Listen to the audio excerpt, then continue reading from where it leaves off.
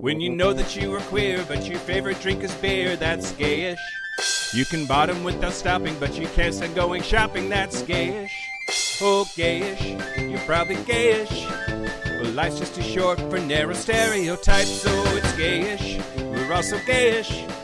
It's Gayish with Mike and Kyle. Hello, everyone in the podcast universe. This is Gayish. The podcast equivalent of that moment someone shows you a video on their phone and you're not sure whether you're supposed to take the phone and hold it yourself or just look at it while they're holding it, and the video goes on a little bit too long and you're like, I can't change my course now, and it's just kind of it's an audio medium, but I'm making at least one emoji. I can see it. Audience at home. Okay. I'm Mike Johnson. I'm Kyle Getz. And we're here to bridge the gap between sexuality and actuality. And today, yummy. You got that yummy. One of our favorite younger guys. We're going to talk about dating younger guys. We're going to talk about younger guys. And we're going to have known younger guy connoisseur Davey Wavey on. And I'm sure that's what he wants to be known as, like in his obituary. It's gonna be like, and he wrote 21-year-old dick till the end. And also currently in the presence of known younger guy connoisseur Mike Johnson. Well, okay, yeah, that's true. That's true. But we'll get to that. Guilty. We'll get to that. Guilty. Wow. Maybe that's a little bit of insight into how you feel about it anyway. Okay, I have a correction. Feedback and corrections first. I have a correction. Great. Kyle, I owe you a jar of Nutella. I owe you something. Okay. Because the person with the Airbnb that I called names that I'm going to try to not call names anymore gave us a perfect score. He rated our stay there. Nothing was out of place. I was wrong and you were right. Everything ended up back where it was supposed to go. You said you were sure that our group would do it right, and you were right. I mean, don't get me wrong, love being called right, but there was, yeah, we were talking about that and other things. Okay, sure, yeah, all right, great. Okay, great. I have not a correction. I have feedback that several people sent in, so thank you to everyone who did. When they heard our discussion about me mentioning John McCain. Side note, I've talked about John McCain on this podcast more than I ever have in my life combined, but so I don't know. Mentioned that, we talked about his stance on UFC, and I was like, oh, he's like a war vet. That's interesting. And a lot of people pointed out that having someone that has been in war, has seen war, was a prisoner of war, had been tortured during war, they might be very knowledgeable and look out for some of the atrocities or know what barbaric things to look out for. So I thought that made sense as something that the experience of war could add to, someone's knowledge and insight. So no one was like enraging defense of John McCain. They're just pointing out that his experience, could what we get very little ridiculous, outrageous feedback. People are so nice to us, even when we fucked up and they're calling us on our bullshit. And not that we fucked up here. I'm just saying you could do worse, y'all. But only send it to me. No. Why would you proactively say that to people? This isn't like sex where I want you to treat me worse. Keep doing what you're doing. Okay. All right. Anyway, thanks for those that sent that in. Do you want to do the news? I mean, he didn't piss off John McCain. He's dead. Okay, yeah. Here's the news. Shut your mouth hole. It's time for your ear holes. News. I want to piss off John McCain. He's skullfuck his corpse. Yep. News the first. Atrocities of war are nothing compared to the atrocities of my dick. Oh, God. Or the atrocities on Spotify. That's what we're going to talk about. So, Spotify, which you may or may not be listening to us on right this very second. Yeah. There's a conflict going on right now with the universe and Joe Rogan and his podcast and Spotify. And that whole thing is over anti-vax stuff. But I just wanted to do this story, which is that yet again, podcast host Joe Rogan is using his platform, an estimated 11 million listeners per episode of the Joe Rogan Experience, to host anti-trans rhetoric and false information. On his January 25th episode just last week, Rogan hosted Jordan Peterson, who's a retired Canadian psychology professor and right-wing dickbag asshole fuckface. he has said in other places, not on Joe Rogan's show, but he has said other places that being trans is, quote, a sociological contagion. And when Rogan talked about steered the discussion to the subject of transgender people, Peterson went off to talk about this bill that's going on in Canada, which is adding gender identity to their list of human rights protections. And he said, quote, I knew full well as a clinician, sorry, this is the doctor, the asshole fuckface, not that Rogan's not, but like the Canadian fuckface said, quote, I knew full well as a clinician that as soon as we messed with fundamental sex categories and changed the terminology, we would fatally confuse thousands of young girls. I knew that because I knew the literature on sociological contagion. And so later on in the conversation, apparently Rogan suggested that the acceptance of trans people is a sign of society collapsing, which is, he cited the work of right-wing British author and political commentator Douglas Murray. Apparently Murray claims that trans acceptance will someday be seen as a late empire, a bad sign of things falling apart, which is something that Rogan has frequently repeated on his show. So one more reason to hate that fucker. Here's the thing. I think, we just talked about it like off the air, and Spotify is kind of a big deal for us and is a platform that we need to be on for a number of reasons. So I had this idea of like, well, what can you do? What you can do right now, if you are listening to us on Spotify, is first of all, give us 5 stars if you haven't already, you motherfuckers. And then go to the Joe Rogan Experience and give it 1 star and put in your honest feedback about him and his show. Because those things really do matter. Yeah. And given it's great that we're talking about it because we have so close, we don't have quite his audience, but we're very close in size. So, so many people will get this in. 20% of our audience listens on Spotify. So that's like at least 20 people. At least 20 million. No, yeah, 1,000, 100 or something. It's all the shit that it's the same rhetoric that LGBT people have gotten so long. Like we are. There's a slippery slope. There's a downfall of society. We're the terrible ones. Young people don't understand. Young people fucking understand. Young people know now that they are more accepted than trans and LGBT people used to be. They understand what it means to be trans. It's very easy for children to understand. And just because you're bigoted doesn't, I don't know, like they're the ones that have no comprehension of the experience of anyone else. And part of our role, like we've talked about, a lot of gay white men have gotten the door has opened for us, and we are far more accepted in society than so many of the other LGBT people. And we did that by kind of taking advantage and pushing out some trans people. So now's the time, we're the ones to make sure we are holding the door open for others, making sure we're expressing distaste for transphobia and reminding people that this is why one of the reasons I like the word queer, like being queer unites us all under I am part of this community. If you dislike trans people, you dislike me and my community.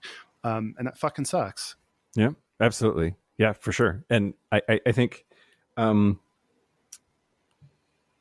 that point, there was also on Joe Rogan's show about trans stuff. They were talking about this study that was it was a study that was suggesting that trans youth began to identify as trans because of social pressures. That like it's just peer pressure. It's cool to be trans, and that's why the kids are doing it. Is basically the fucking argument. And turns out the study is totally fucked because they only asked parents of trans people, and those parents had visited anti-trans websites. So, but I can understand reading a study and thinking about it, and maybe not being 100% accurate in your research studies. I can excuse it for that part. Maybe. Sure. One more reason you're just like Joe Rogan, Kyle. Me and Joe Rogan. I'm so muscly, so popular. No one's trans because it looks cool. No one chooses to people may choose to explore gender because they're seeing it more available. They're seeing things that then represent what they're feeling inside, or they're starting to ask questions. Like only good things can come of people learning about being trans, learning about gender expression. All of these things help form, like help people feel better in themselves if they're able to. I wish I could have explored being gay at a younger age because it felt socially acceptable. Yeah, so like, sure. yeah, it's so fucked up. And yeah, like you said, we are on Spotify. We don't have the luxury of like, is it Joni Mitchell? We're no Joni Mitchell that gets to make a decision because we're so rich and famous. Like we as an indie podcast have to be on the major podcast players, but that doesn't stop people from like, hopefully people will help push for the right change. And if it's important to you, you have plenty of other options of where to listen to us. In fact, you have all the other options of where to listen to us. So hopefully that helps push things in the right direction. Yep. Also give that fucker 1 star. Do it now. Yeah. Put that 1 star right up his butthole. Okay. News the second? Yeah. Great. News the second. So I don't know if you've heard because shit's real fucked up, but the Olympics are happening in China. And people who have landed on the ground in China have discovered that they are unable to use Grindr. I don't know why that tickles me so. The number one problem reported by LGBT athletes is lack of access to Grindr at the Olympics. Yep. The gay dating app Grindr is no longer available on Apple's App Store in China, which, we were talking a little bit ago about corporations and what responsibilities they have on their platform. Even Apple, who gets 100% on the HRC every single time, is kowtowing to the country of China and doing its bidding. But isn't Grindr owned by a Chinese-based corporation? No longer. It was sold. It was sold to an American company in 2020. America made, America born. Even right-wing people love Grindr because it's owned on American soil. Let's get them. Now, it's all in anticipation of this law. It's called the Personal Information Protection Law, which, just like our laws, give it a nice, happy-sounding fucking name, and like then we won't know that you're actually like murdering babies or something. But on the surface, this law is supposed to limit personal information that's stored in apps and requires data transferred between China and other regions to be approved by the Chinese government. And even though China decriminalized homosexuality 25 years ago, and a lot of its big cities have queer neighborhoods, queer bars, stuff like that, it is not really culturally a very accepting place for gay people. And there are a lot of sources that are saying that China has been cracking down on gay identity and anything that they view as being undesirable to their social plan, which includes often queer stuff, gay stuff, trans stuff, etc. The government announced last September that it was banning portrayals of sissy men, that's a quote unquote, sissy men, from television programs and gay love in video games. The National Radio and TV Administration told broadcasters that they must, quote, resolutely put an end to sissy men and other abnormal aesthetics, which I think we should start a podcast called Sissy Men. Oh, I thought abnormal aesthetics. Sissy men, abnormal aesthetics. Okay, yeah, sure. It's interesting that difference between like what is technically legal, how long ago something has passed, and the social acceptance.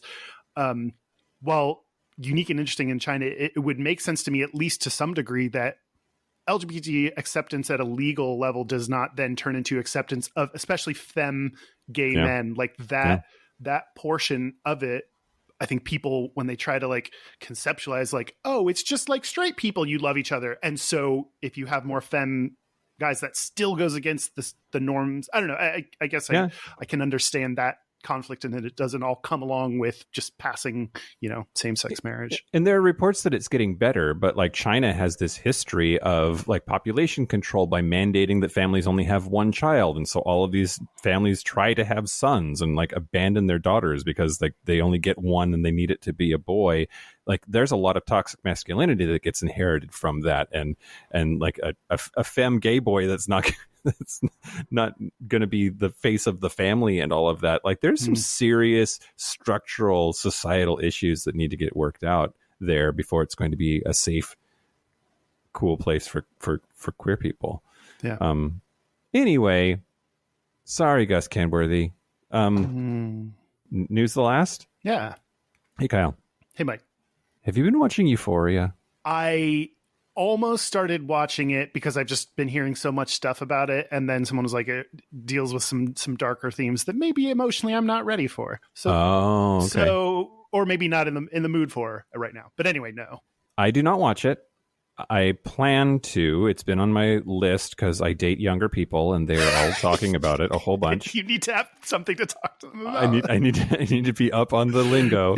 But apparently, Hunter Schaefer and Zendaya are both in Euphoria, and in the latest episode, well, season 2, episode 4. Hopefully, this is not this might be a spoiler. Some of the articles that I read about this said that this is a spoiler. So if you don't want to know what happens in that episode of Euphoria, then don't listen. But they did a shot-for-shot remake of the scene from Brokeback Mountain where they first have sex. No. The same outfits, the same poses. It is shot for shot. These two women redoing that scene. Okay, you said I didn't know it was two women.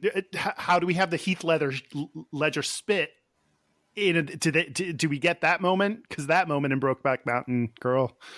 I don't know that part. Damn it, Mike. Yeah. Schaefer said, quote, I mean, I love Brokeback Mountain. I also like that it's also something that I never would have thought I would be offered to emulate on film. So that was really cool.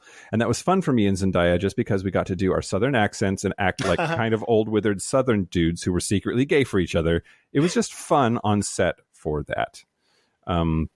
So yeah, that's the I love that. Yeah, right. I have long wanted to. It's been several days that I've been thinking about. Like, I want to redo A Single Man, or at least the ending where like he decides. This is a spoiler if you haven't seen that, but it's old. Like if you like where he decides not to kill himself. Like that same kind of like struggle and going through something, but then like making a different decision. I love that idea of kind of taking things that were supposed to be good representation or some representation and like modernizing them. Yeah, absolutely. So I'm going to watch it. I'll let you know what I think when I see it. Okay, great. And that's the news. And that's been the news. Do we need a sign-off tagline? Well, so now I don't know. So like clearly that was going to be a spoiler for Dan because he took his headphones off, which I'm not going to do. I'm not going to say anything. But now, like, what do we do on socials? Like, you make our Instagram happen. And there's anyway. We could not post about that. We could have someone else post the news. There's options. Yeah. I got options. All right. Okay. We'll brainstorm afterwards. I caught a name, so I'm just going to post a picture of that person from that show. Okay. And I'm sure it's more interesting than that, but I don't know. Unless you want to do something more exciting. I want to do something more exciting, which is read the Patreon members that are signed up to support us. I really appreciate. They give me all the euphoria I need. Thank you to Patreon members Mitchell Markgraf. Wow, that's so. I bet Mitchell gets Mark McGrath all the time. He's just so pretty. I'm sorry. Every morning. there's a Giga or Gija or Giga or Gija. Sorry, I don't know. Forrest Winslow, and that was an easy one. That was an easy one. Thank you. Top marks for Forrest being easy, and also like a badass. Like I want my next D&D character to be named Forrest Winslow. And Brian Maloney. Great. Jenna Maroney. Okay, got it. Nope. Different. Brian Maloney. Thank you to Post Maloney. Thank you to everyone who signs up for our Patreon. If you want to get bonus content, get episodes a day early, a lot of cool stuff, and just support us. Go to patreon.com/Gayish podcast. Do it. Do you want to talk about younger guys? Do I? I don't think you do. Do you? No, not really. You seem a little bit coy about your the fact that you're into younger guys, or like you have feelings about it or something. I do. I absolutely do. And like it was literally the entire therapy session that I had today was talking about like this. So it's very, very timely. Yeah, I wouldn't say that we're dating, but I've gone on a few dates and with younger guys in the very recent past, like the last couple of weeks. And one in particular is 29, and I have feelings about that. And some of it is societal bullshit. Like I feel like a cradle robber or a chicken hawk or whatever. There's lots of terms for older people who are entangled with younger people. And is that what the movie Entangled was about? Yeah. I didn't remember the younger gay themes of the movie Entangled, but coming soon on the Gayish remake. There's a lot that comes to it. There are a lot of assumptions that we can make about and stereotypes we bring to younger guys, and we're going to talk about things that we bring to ourselves and things that society brings to those relationships. So it is an added level of complexity. Just one more kind of difference or judgment or expectation that people have that you have to work through. Yeah. Well, and an acquaintance of ours, I will talk to you about it off pod, like has straight up said, like, it's weird and gross and I don't like it. Like, was it me? No, it was not you. No, I'm fine. It's not you.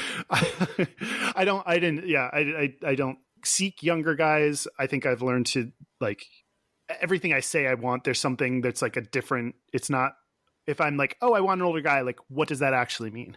I want someone who's emotionally mature enough to be dating, has at least, some relationships under the belt, or, it's like, what do I really want out of that? And that helps, break some of the, what do I actually want from a relationship? But we're going to bring Davey Wavey on, and he's going to share the good, the bad, and the ugly of his experience dating younger guys. Yeah, he is. And I'm nervous. I'm actually really nervous. We've gotten feedback before that we and by I think they mean me are weird about age, and who knows what's going to come out of my mouth, right? Yeah, but isn't that also usually about older guys? So now, like, well, hey, if you hate in every direction, then that's just equality, baby. I mean, I've learned a lot about how millennials operate from you, Kyle, and won't they, like, if everything good thing that I say about younger guys, aren't they going to then assume that, like, the opposite, like, if that's something that I hate about older guys is that they're not that? Oh yeah, we're definitely fucked. So okay, great. Yeah, that's true. Excellent. There'll be some emails. That's true. But you know what? I don't know. Enjoy, everybody. Let's take a break and come back with Davey Wavey. Yeah, when we get back, we'll have Davey Wavey with us, and we'll pick this apart and hopefully get some hate mail. It'll be awesome. Should we take a break? Let's take a break. Let's take a break. Recess.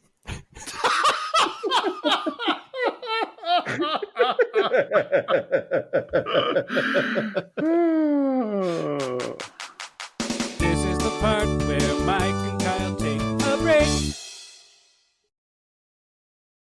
So are we back? We're back. We're here with Davey Wavey.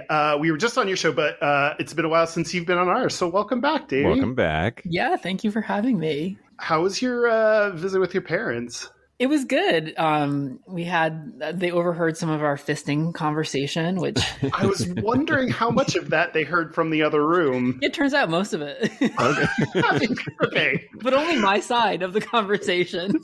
Oh, that's even weirder. How did they feel about it? Did they have any opinions on fisting that we didn't get to hear? Well, my mom thinks that if I really set my heart to it, I can achieve it. Yeah. That's 4 fingers, you're basically there. So, She's right about that. Yeah. What a weirdly supportive mom. She really is lovely. What about your dad and fisting? Yeah. I think I think he was a little confused by the whole thing. So, but it's okay. Yeah. Cut him some slack. That's fair. Yeah. I don't know why I just figure like gay men and their sex discussions with their dads might be a little bit weirder. Do your parents consume your content? Do they watch your videos or listen to your shows? I give them a very curated version of my content. And my mom's my bookkeeper. So she does like all my receipts and kind of like the basic level accounting. So there's like no question about them fully understanding what I do. 14 gallons of lube, you can't expense that. Yeah. Now, does she want to see what the lube is used for is the question. And generally no. My mom will never understand fisting, and I'm fine with that. I don't need to make her understand that. I really don't. Yeah. Speaking of fisting, we're talking with you about dating younger guys. Yes. Yeah. Or being fisted by younger guys, or fisting younger guys in the Patreon segment, hopefully, if all goes to plan. Oh my God. Yeah, we have our fisting expert, our resident fisting expert, fucking Dan, who's going to do more about that on the Patreon. But for now, we're going to talk more broadly about you are, at least to us, have shared that you tend to date younger guys. Yeah, I'm really thankful for like absent fathers and daddy issues because it really creates my dating pool. I think all but one relationship that I've been in has been with a younger guy to varying degrees of age differences. I think what I assumed was as I got older, the ages of the guys would also kind of like graduate up a bit. And I've pretty much consistently stayed at like 21. Like college, junior, senior is kind of my like my soft spot, my hard spot, I guess. And as I've gotten older, like that gap obviously has widened between, I'm 38 right now. So now we're like, it's a significant difference. And that's also changed the dynamic of the relationship. Like when you're 28 and dating a 21-year-old, different from being 38 and dating a 21-year-old. Yeah. The journey I've been on more recently is like, well, why? Like, why is that why does my compass point towards younger? In the same way that for other people it points towards older people the same age as them. Like, what about it is so interesting for me? And so that's what I've been like kind of digging into. Normally it's Kyle that brings the studies, but so I didn't re-look this one up. But I know that there's some literature out there that says it has something to do with the age of your parents. How old were your parents when they had you? Oh, they were 30. Okay. Then that maybe doesn't hold. The whole premise to this study was that younger parents means younger faces in the baby's face, and that the baby then views that as an attachment sign or attachment symbol. So I'm trying to fuck my parents. Well, everybody's trying to fuck their parents, I think, is part of what that's about. But what are you attracted to? What are you acculturated to? And that having young parents means you're into younger, which holds for me, right? I think my You're mom trying to was. Fuck your parents? Good Lord! I think my mom was. We all are. I don't think. I just want to go on record and say I don't think I'm trying to fuck my parents. Just go ahead and publicly state that for the record, for whoever's keeping notes. Allegedly, that's fine. Allegedly, sure. But here we're talking about attachment and love and romance and relationship, and not just the fucking part. Although that happens also, right? I guess there's more to dating younger guys than fucking. Okay, yeah, we can do that too. Okay, great. Kyle, what's yours? You older, your age? What's the... My preference tends... I've dated guys, like the ones that I've been in longer relationships with have been like either on my age or a couple years younger. But my preference is definitely older. Like that's... If I built my ideal guy, it would be someone that's older than me. Well, then you're trying to fuck your dad too. Like... There's a step in between there. That's like, okay, all right. We're not talking about me. We're talking about, we can explore that on the older guys episode. But for now, Mike, have you done like the kind of like taken an examination? Like why? What is it about younger guys that like why? Yeah, it's a great question, right? And there are some like neutral answers, and there's some like complimentary answers, and there's some answers that I think are really dark and I don't like. And so, like psychological. Yeah. So when I go to like a dark place, like a bad place, like it's maladaptive in some way, I think I'm trying to reclaim some lost youth, that being with this younger person means I'm their peer. So I'm basically their age. So I'm going backwards in time and getting to be younger than I really am because I'm with this person. Like, I don't know. Maybe there's something to that. I don't like that, but do you, outside of dating, do you have a feeling of, coming out at your 30s, do you have a feeling of missing that youth being out in your 20s? Is that something you feel otherwise? I think that's it. I think we figured it out. Well, yeah. All right. Goodbye, everybody. This has been Gayish. Well, so does that resonate for you, Davey? Like, is it? No, but it sounds like that's like a great explanation for you. Okay, great. Yeah, I mean, I was out and proud like in my teenage years, but for sure, like if you didn't get to live openly, like in your 20s, that like getting to do that through a partner would satisfy some emotional or psychological need, I would think. I mean, for me, the best that I've been able to come up with is like when I was a kid, like growing up, I was feminine, I was chubby, I was like an easy target for being made fun of. Like I was also raised Catholic. It was very easy for me to like hate myself, to feel unlovable. And sometimes I think me dating younger guys, albeit, guys in their early 20s, is an attempt for me to like heal my own pain, to like love the younger guy in myself that felt unlovable. You love the younger guy in yourself. Pervert. I'm opening up my soul here. We can do both. We can do a little both. Open up your soul and your butt.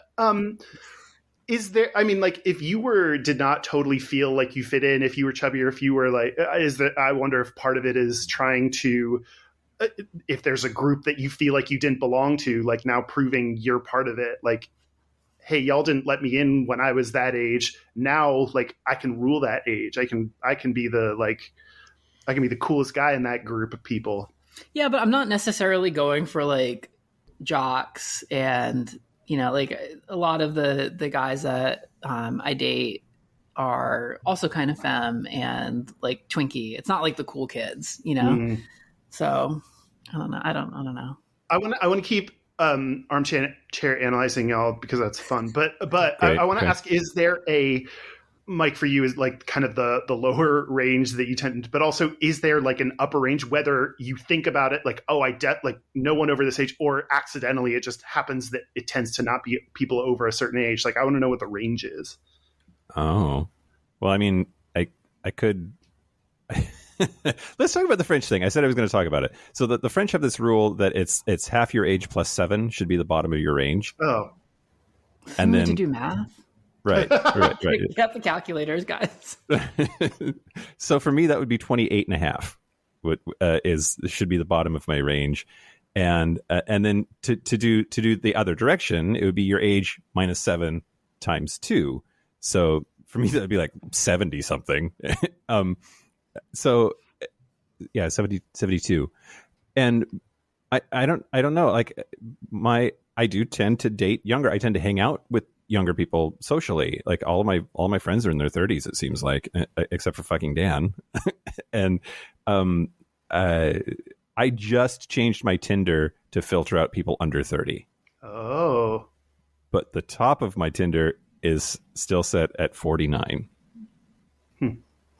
I'm 43. So like there's definitely, that reflects a preference for younger men, but not it's not like I have it set to like 25 to 35 or something, You're a lot of what you're talking about is theoretical ranges based on rules or what you put in your profile, and rather than avoiding the question, I'm wondering if you could answer directly on who do you in effect tend to date, Mike?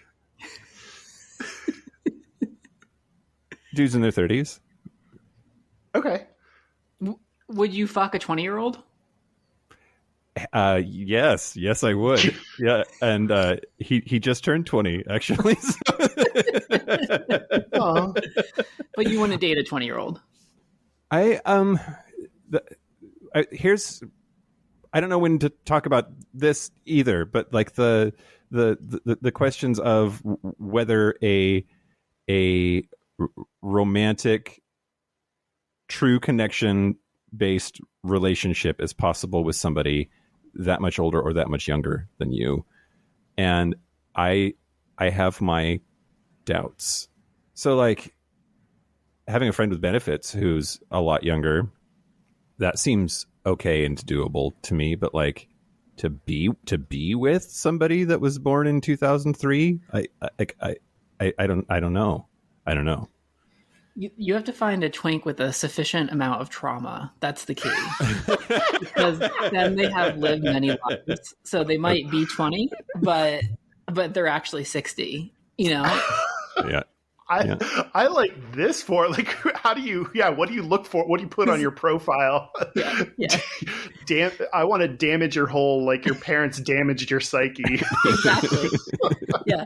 Once someone's like, oh, my dad's in prison and and I'm like, okay, this is going to be good. Like this is someone that has done some work on themselves.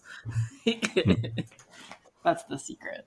Mike, what's your reservation? What would you be worried about in dating younger guys, or the possibility of a relationship with a younger guy? The very first thing that bubbles up for me is I don't want this person to be responsible for me when I'm old and dying and they're still in like the prime of their life. Like I think about being in my 70s in 30 years from now, and this person would still be in their 40s or 50s, and like okay, girl. Okay. Like, first of all, like, who's to say that you're going to be together in 30? Like, most relationships don't last that long. Yeah. So, Yeah.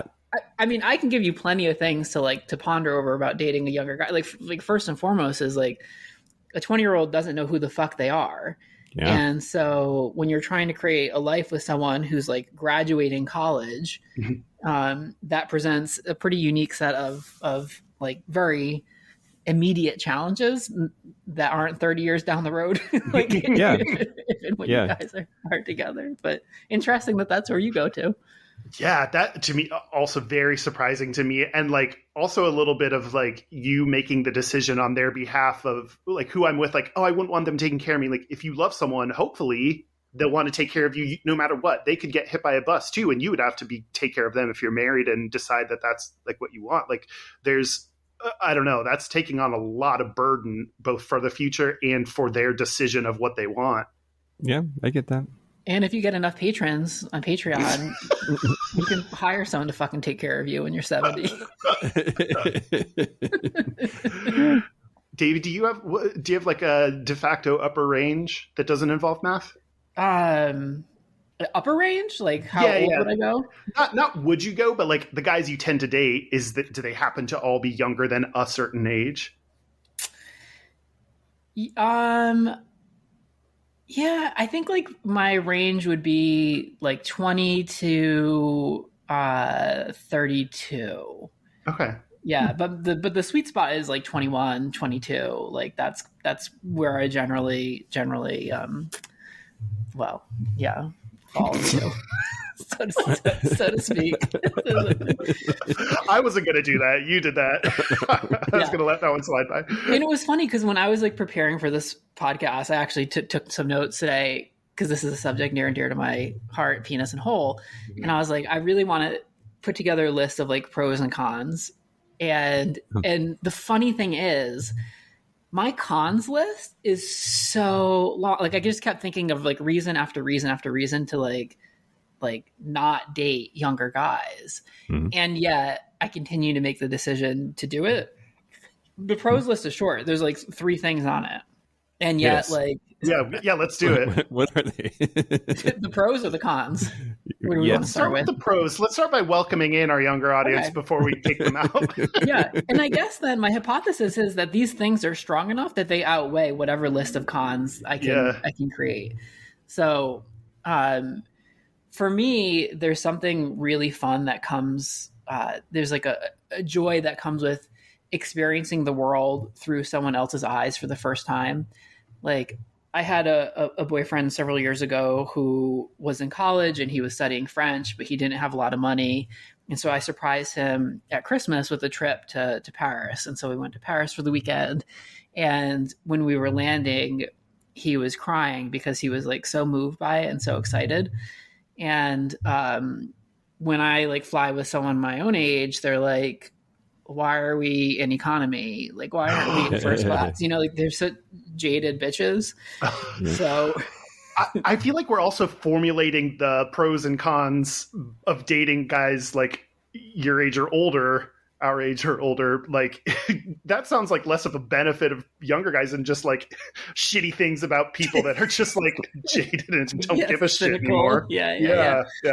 Okay. There's just a joy about like a sense of wonder, and like, you know, if there's a place that you love, like say you spent time living in San Francisco and you want to take a younger guy to San Francisco, he's probably never been, and he's really gonna like appreciate it and think it's really fun. So I really enjoy that piece of like dating younger guys. I don't know how like directly we want to tackle this, but like that, I will just say like that seems to be also the reason people have kids, because they're like, I get to see the world through their eyes and teach like I've got a things. solution for you. I don't know just how. adopt one of them. I didn't know how like head on we wanted to get with that, but we can keep going on your pros list though. Okay, yeah, that's a good point. Point taken. The other piece also feels like being a parent. As I say, I really enjoy the nurturing dynamic, like the almost like a mentorship dynamic that happens.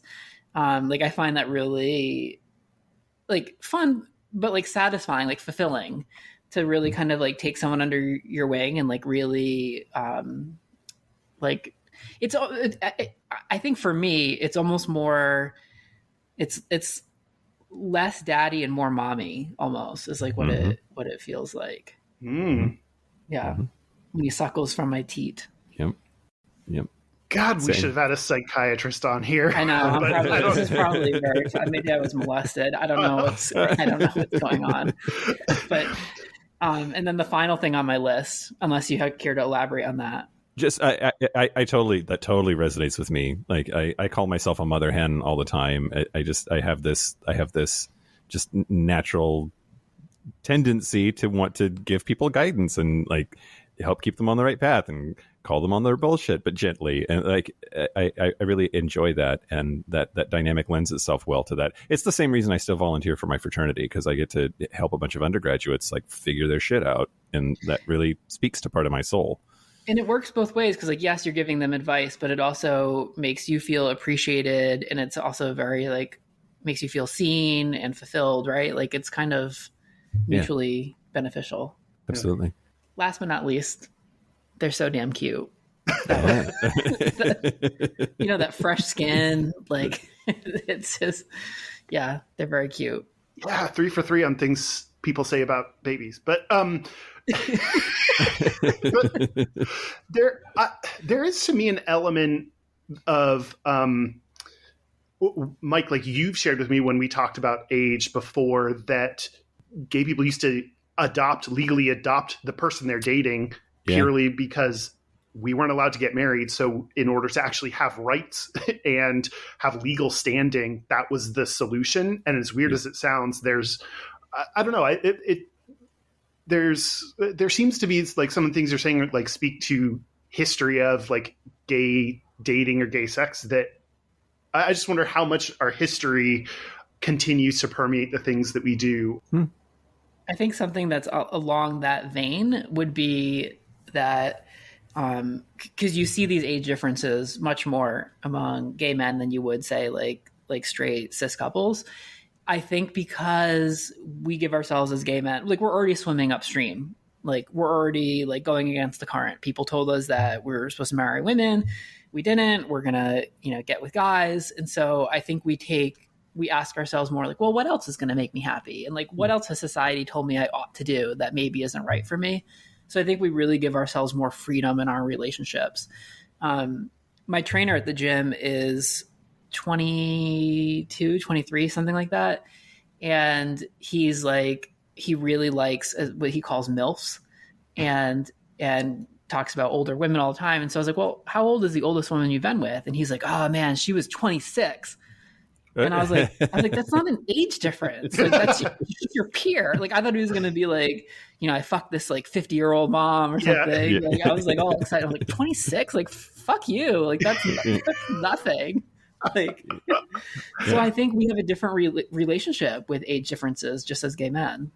I also think we also have a different relationship with age doesn't determine maturity. Like someone who came out is super confident in who they are, in high school, that's very different than someone who comes out later in life when they're 40. Like those two people may have a similar style. Like they've never dated dudes. They're trying it out. They're learning about and experimenting on it, with it.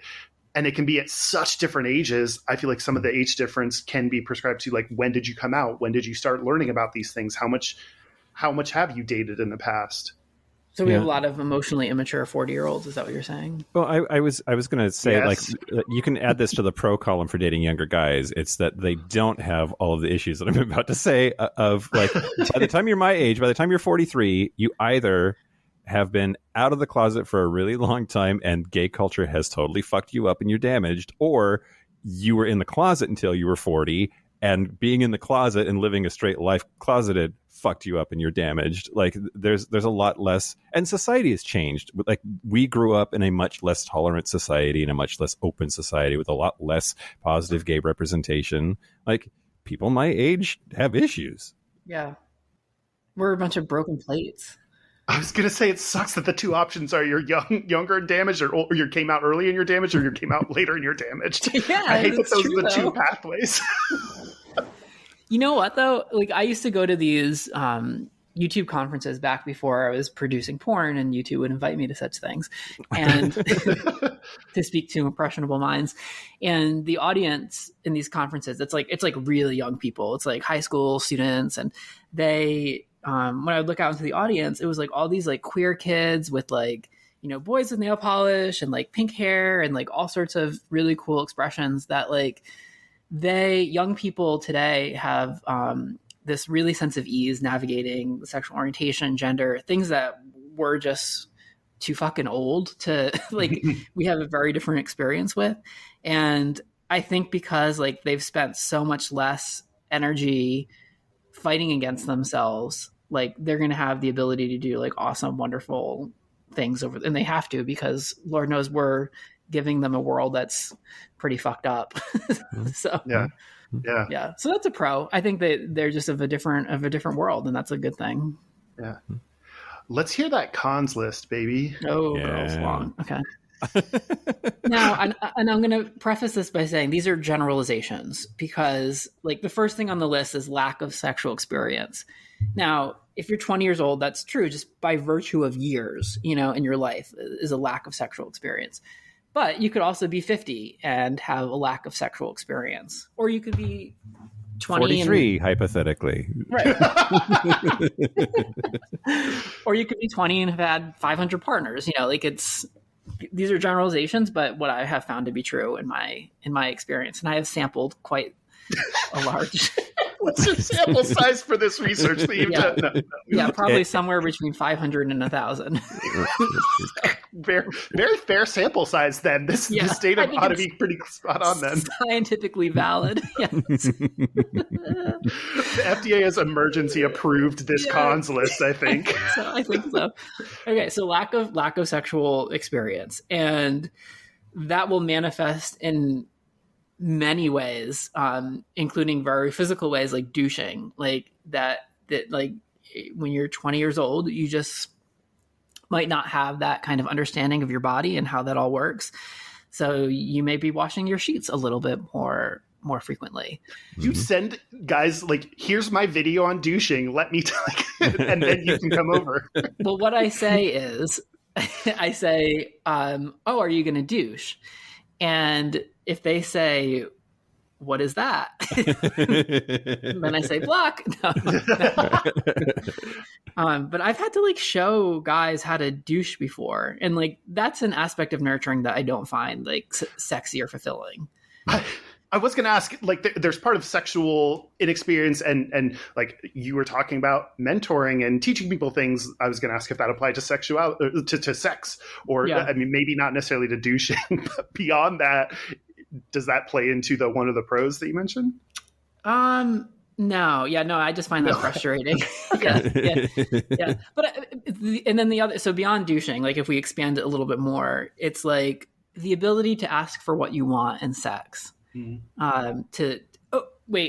Let's even rewind it, to know what you want in sex and then to be able to ask for it. Like those are two distinct things.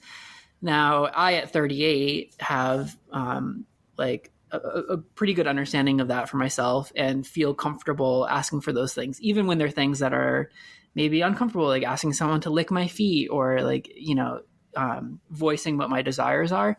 But when you're 20 years old, like it's just a lot. It would be a rare 20-year-old that has really discovered so much about themselves. Yeah. That's all. No comment. Okay. No, I'm excited about the rest of this. I'm too eager. So that was just number one on the list. Great. Okay. The next is the lack of emotional experience. So like I'm someone who enjoys poly relationships. Like I like open relationships. The skill set, the emotional skill set that's required to navigate that is something that people tend to learn through experience and later in life. So, like if you're dating someone that's 20, a lot of the programming that they have in their head is like from watching Disney movies and thinking like they're waiting for their Prince Charming and happily ever after. That's not fun. I wonder if that plays into me wanting to, like, my ideal guy in my head being a little bit older is more like someone needs to have emotional intelligence to deal with me. Like I won't do well with someone that can't like know how to understand me and manage me well. Cause like, I know I have a lot of things that they need to like kind of figure out. And multiple guys I've dated have been like, I've learned to be so much nicer than you, or I've learned nicer to people because of you, or I've learned, like, I've grown so much. And I'm like, I don't want that. I don't want someone to have to learn how to be like good at the emotional and the dealing with people and working with them instead of against them and stuff. Like, I don't want to have to do that. I want them to already be good at that. The person that's going to be able to emotionally manage you is not going to be 20 years old. Yeah. Like it's just not like. Then again, I had a guy that was like, we hooked up a little bit and was trying to like turn that to see if there was something dating there. And we were both interested in that, but it just like when I put out what I wanted directly, he didn't like do well with that. He didn't know how to respond to that. And then ended up just like, he was very emotionally immature and didn't know how to deal with that. So that's like back to your, generalizations. There are still, people older than you that don't know how to do that shit either. I was in a relationship. The last relationship I was in ended, I think 3 years ago. And when he turned 22, yeah, he aged out and we had only dated for, I think, like not 6 or 9 months. Like it wasn't a particularly long time. And he was like totally 21 years old. And he said to me, I was his first boyfriend. When he broke up with me, he was like, when I first started dating you, he's like, every time I would see you, there was like butterflies in my stomach. And he's like, and I just don't get that anymore. And I like really want to have that feeling. And I was like, yeah, do you think your parents, when they like walk in the door after work at butterflies fucking seeing each other, like that's what happens in every relationship. The butterflies are there so you can build this connection, but then it's like up to you guys to really make things fun and interesting moving forward.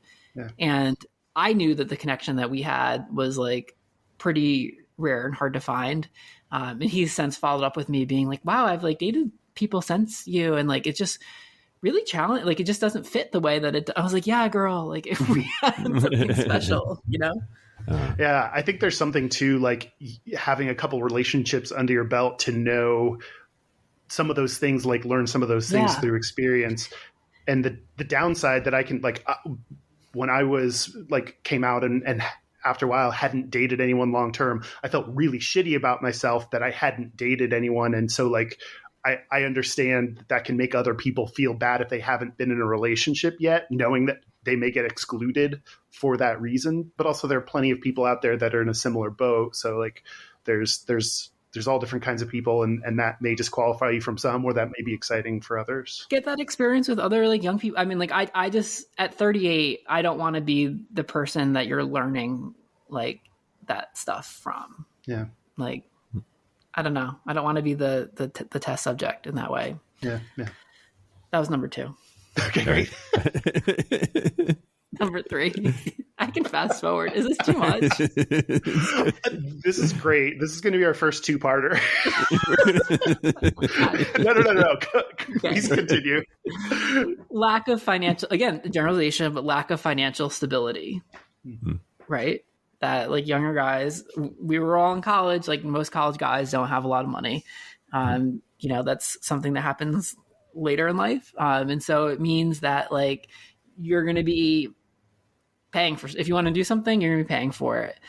And the second piece of that, so that's in A and B, is that there's often a power imbalance, in part caused by, so like if in life, you know, here's everything that your partner wants, I'm holding up a circle, and here's everything that you want, another circle, wherever those overlap, that's awesome. But in all the areas that they don't, compromises need to happen. And if you're paying for 100% of the things, does that give you more leverage in those compromises? Like, or does it not? Like you still approach it 50-50. Like those are difficult things to navigate. I don't have an answer for how that plays out, but like it's definitely a challenging thing to navigate in a relationship. Yeah, absolutely. And how can there not be some kind of power dynamic to it, right?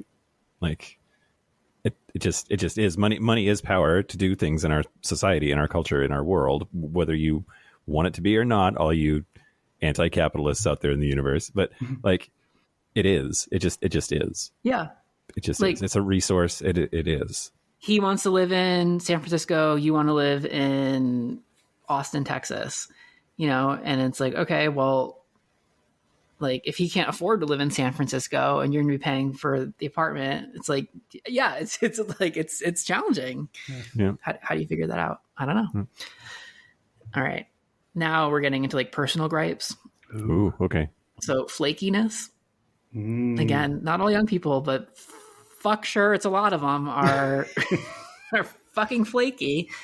I think because young people just have a different relationship with like time and commitments. Like when you're 21 years old, like you probably don't have, you know, a Google Calendar of your events.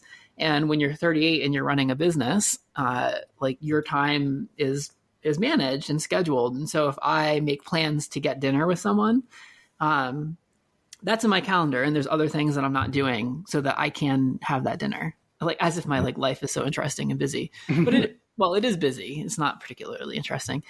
And a lot of younger guys I find tend to like the day of or like the night before are like, oh yeah, like no, I'm not gonna have a car, or just things that a flakiness that I find really irritating. Yeah, let's have dinner. Okay, when? I have next Wednesday. That's like 6 days from now. Yes, that is my next available evening. Is that work for you or not? I don't even know what I'm doing tomorrow. Like these are conversations that you have with younger guys online. Yeah. And then they'll say yes. And then 2 days before you'll be like, just confirming for dinner. And then you never hear back. Yeah. Yep. Yeah. Too young to have a sense of self. I don't know. That one came in there. And then last on my list is poor communication skills. And I don't think that's a reflection of, well, it is in part being young, but I think it's also the generation that younger people are in now that like their communication skills are like Snapchat. You know, like that's how they communicate. So to look someone in the eye and express how you feel is not a skill set that kids today have.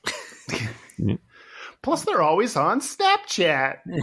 That ding dang Snapchat app they're always on. Yeah. I mean, I was saying this before we started recording, but like that, I use this as an example, but there's been so many dates where I've gone on with like a younger guy and you're like, gee, I can't get a read of like how they feel about this date, and you're at dinner and maybe you're like really like pulling teeth to like keep the conversation going, and like, you know, dinner ends and they leave, and then like 30 minutes later you get a direct message on Instagram. It was so incredible meeting you, like you're so sexy and I had such a wonderful time and it was like so great getting to know you. And it's like, could you have expressed any of that through your fucking mouth when we were on the actual date? Could you have at least worn it on your face that you were like having a good time? Yep. Yeah. Yep. Absolutely. I totally agree with that. Like the number of conversations that I've had after the date that I was like, well, why couldn't you have said some of that while we were sitting there? Like, they can't. They're not capable. Yeah. What is that about? Is it like a fear of rejection? So like it's easier to get rejected over some other like social media platform after the fact than it is right there sitting in person? It's so much easier to be vulnerable like behind a screen than it is looking at someone's face. And when you're older and you've been rejected to your face, like it gets pretty easy after a while. Like not that big a deal. Someone rejects me. All right. There's 7 billion people in the world. But like, if you don't have that experience, it's scary, I think, to put yourself out on a limb. Yeah. I think there also could be like, if you're not as experienced going on dates, just the anxiety of being there on the date, you may not, like there may be a million things going on that don't look like enjoyment and in the moment and all that stuff, because like I have so much anxiety about being on this date and am I saying the right things and talking to you. So like you may not, basically like, that may come across as something different than how it feels. And yeah, like the inability to then like say like, oh, I'm feeling like really anxious about this, but I'm glad to be here. Like that's also like a scary thing to say out loud. But I think that's all amplified by their inability to communicate like by the younger generation, like being like so accustomed to communicating electronically that like, yes, a date's new, it's different. They might, but like they don't have the tool set to express themselves. So I play this game when I invite a younger guy over my house for like a hookup or for a date. And I live in Palm Springs. And so there's not very many young guys here, first of all. So they've driven in from Los Angeles. They've done a 2-hour road trip to get here. So they'll pull into my driveway, and which, you know, the whole front of my house is windows. And so I see them pull in and they text me and they say, I'm here. And then the game that I play, obviously they're here. I can fucking see you. The house is glass. The game that I play is I will see how long it takes them to go from the car to my front door to ring the doorbell. Because if their phone doesn't tell them what to do, they don't know to do it.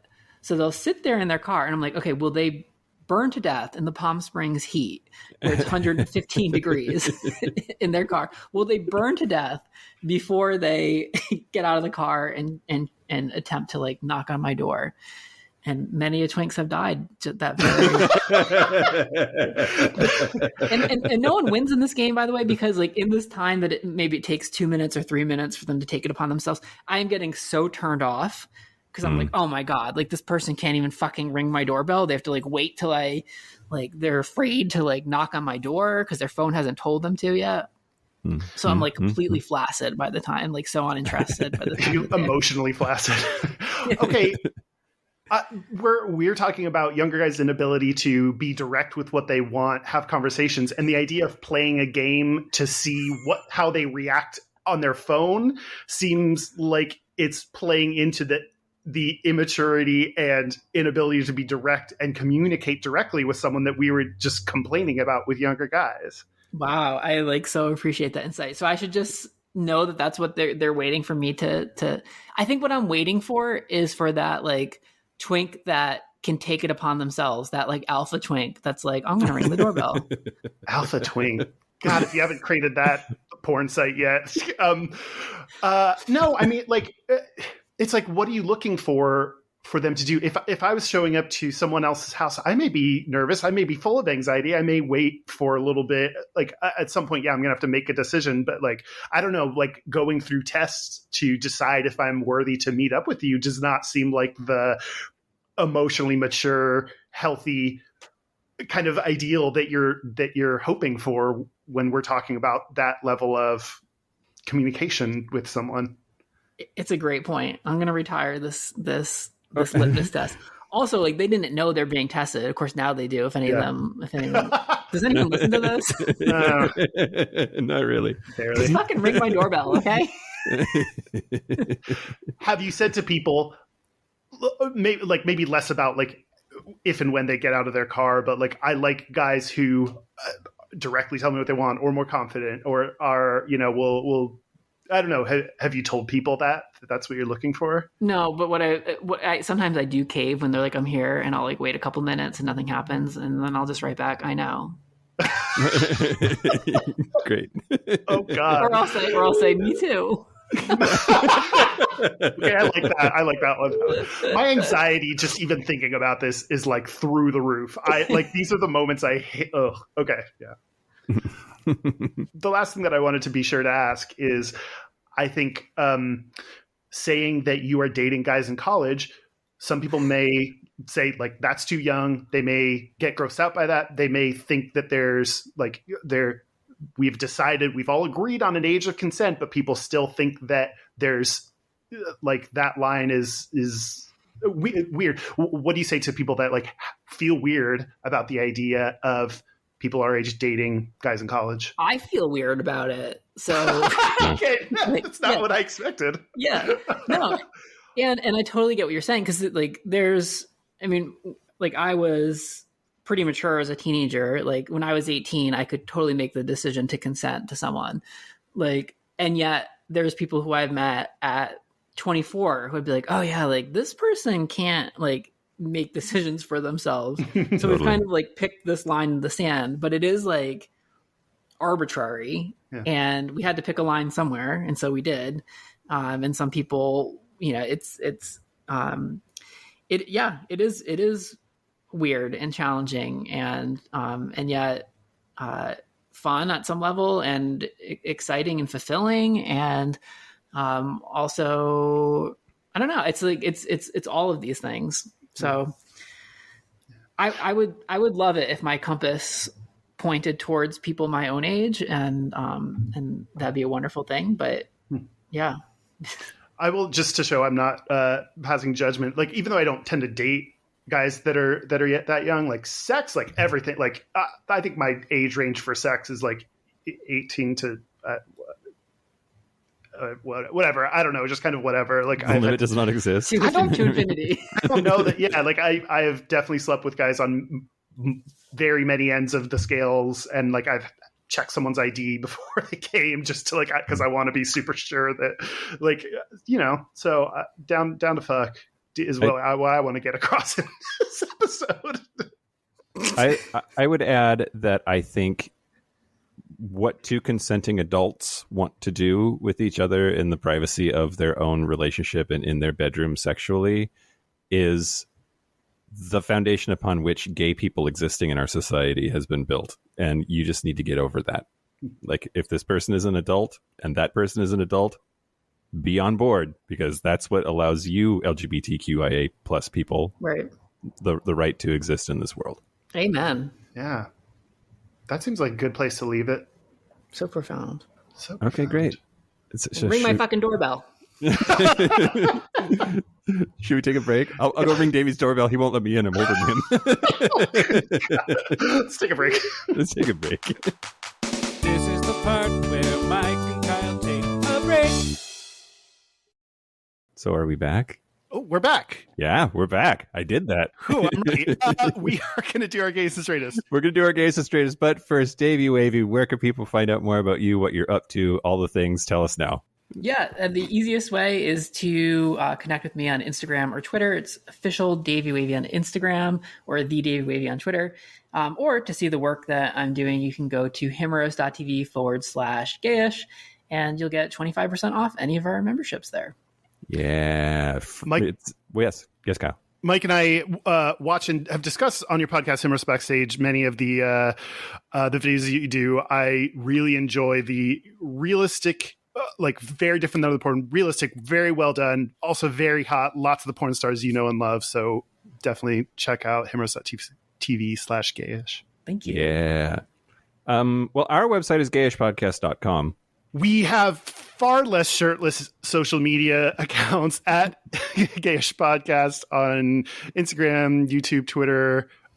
We played Queerdle on YouTube recently, which is a lot of fun. And we have a group, facebook.com/group/Gayish Podcast, and a Discord. Join us there to keep talking. Our hotline, you can send us text messages or leave us voicemails. It's 5855-GAYISH. That's 585-542-9474. Standard rates apply.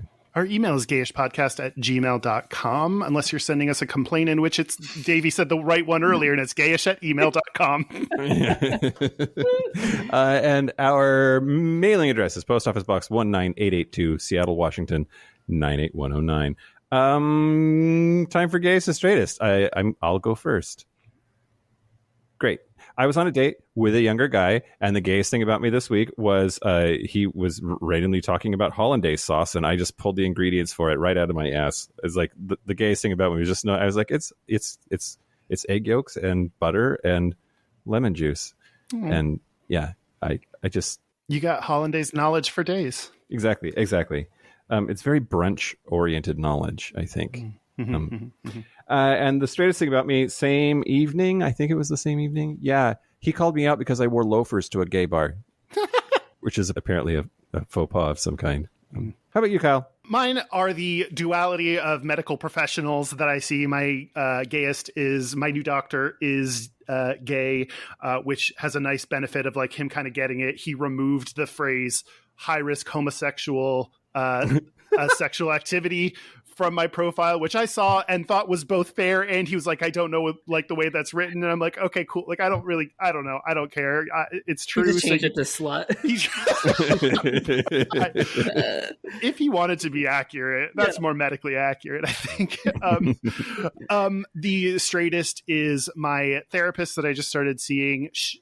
When I asked her if she had experience with LGBT issues, she said she took a course once. So it's like, oh, okay. I get where you're at.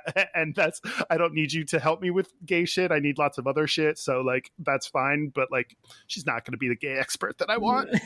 Yep. We're here for you though. My other venues like this discussion. Davey Wavey, what about you? My gayest and straightest are one and the same. I harvested the lemons from my lemon tree this past week, but then turned them into a lemon bundt cake. Harvesting them was the straight part. It sounds more straight than picking them. I harvested them. I thought you were going to turn them in. Oh, but you don't drink a virgin lemon drop. That's another thing. Yeah. I know. And then I put them on my butt. And then, I don't know. And then, they're like anal beads that are grown naturally or something. I don't know. Thank you to all the young guys that we date and hopefully don't hear this so they'll keep dating us. Yeah, indeed. And Davey Wavey, thanks again for being here and being on. We appreciate it. Always good to see you. My pleasure. Also, thank you to our Super Gap Bridgers, Josh Copeland, Forrest Nail, Patrick Martin, Anonymous, James Barrow, Explosive Lasagna, Christopher Farrell, Jamie Pugh, Kevin Henderson, Tipsy McStumbles, Donald Linsky, Thomas B, Dusty Sanzay, Coleman, Chris Cacciatorian, Jerome York, and CNN Javi. We appreciate you, whether you're older, younger, or the same age as us, all the same. Well, that's it. This has been Gayish from the Chris Cacciatorian Studios. I'm Mike Johnson. I'm Kyle Getz. Until next week, be butch, be fabulous, be you. See ya. See you next week.